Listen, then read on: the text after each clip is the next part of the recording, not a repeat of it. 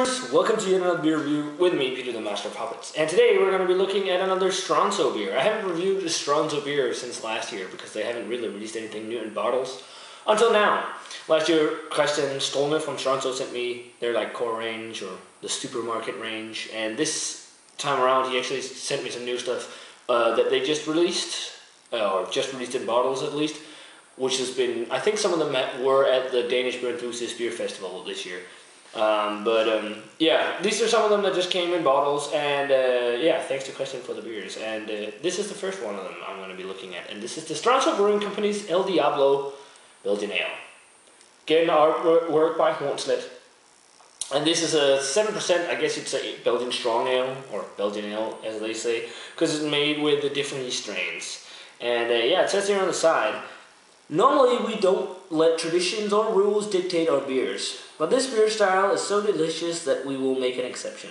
Almost traditional anyhow. We brewed this beer with 3 different yeast strains to produce a beer with fruity aromas and flavors from the Chimay yeast, phenolics from the Rochefort yeast, and last but not least, all the spicy, fruity, dry goodness that comes from our Saison yeast. The result is a delicious, easy drinking Belgian ale with a complex aroma and taste. And yeah, it's actually in English. I think it was in Danish on the back. I'm not entirely sure on the older ones, but it should be interesting seeing this one. It's only going to be available so far in Sweden and Denmark, so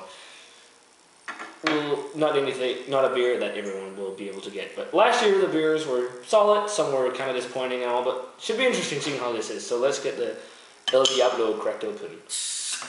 What I'm thinking with the name is something inspired by Duvel, because all of the beers, whoa, that is effervescent. All the beers that are inspired by Duvel has something with devil in the name, and this is Diablo, El Diablo. So yeah, I'm trying to get this head to settle a little, but that head is just going nowhere. It is kind of like the Duvel head. The Duvel head is big and rocky, kind of frothy like this too, but that's insane. But the color on it, it's a really murky, kind of darker orange color on this beer. Huge 3.5 white head. You can see, even though it's super murky, I can see a solid amount of carbonation coming from the bottom of the glass. Looks pretty effervescent, but definitely it's like a really muddy orange color. But huge head on it. But almost looks like an IPA. But let's check out the aroma. That smells pretty interesting. Decent amount of sweet malt. I get a decent amount of fruity ester too, but definitely a touch of almost phenolic alcohol in there.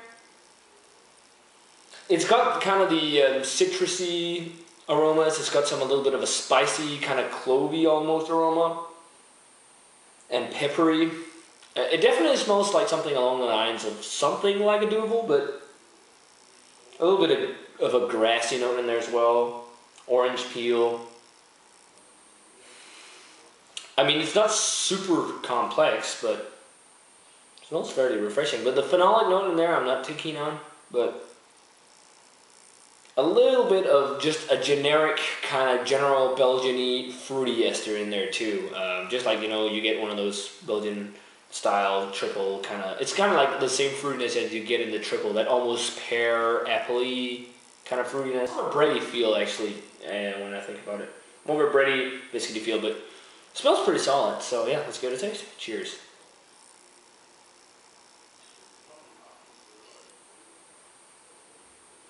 That is indeed very well carbonated. Huge carbonation up front on there. Kind of a more dull flavor than the aroma. The aroma was a little more complex than the flavor, but it definitely smells like, or tastes like, an interpretation of a Duvel. Kind of thing going on there. Body's medium, quite dry. I get a lot of spiciness on the back end right now. A lot of that spicy, peppery flavor. A little bit of the cloyiness. Some citrusy notes up front. Citrusy, apple, pear. Almost perfumey like in the flavor. The phenolic character might be that perfumey flavor, because it leads into a little bit of an alcohol-y flavor in the back end. Not too much. But some citrusy, grassy notes too in there. Sweeter maltiness, kind of bready. Solid beer. Not that impressive. I'd say so far I prefer probably the Butler's Choice and the Golden Stronzo, no, the Golden Santa from them. But this is still a good beer, but nothing more. So yeah, I'm gonna give this a 70. Good beer. I would like a little more of that fruity character from these to shine through. I think it's could have had more of that stuff and all, but a Belgian golden ale and doing those traditional Belgian styles are pretty hard to do. But I mean, if you can find this, definitely the beer that's worth checking out. The other ones he's made in this year should be more interesting. One of them being the blackest or darkest beer that's been made so far, apparently. So yeah, that does it for the beer review of the Stronzo El Diablo. A 70 for me, guys. Definitely let me know what you think of this brew if you've had it. As always, remember to comment, subscribe, check out the Facebook fan page and Twitter. And I'm going to say cheers. Thanks to Christian for the beer, or Christian Stolme, and I'm going to see you guys in another beer review.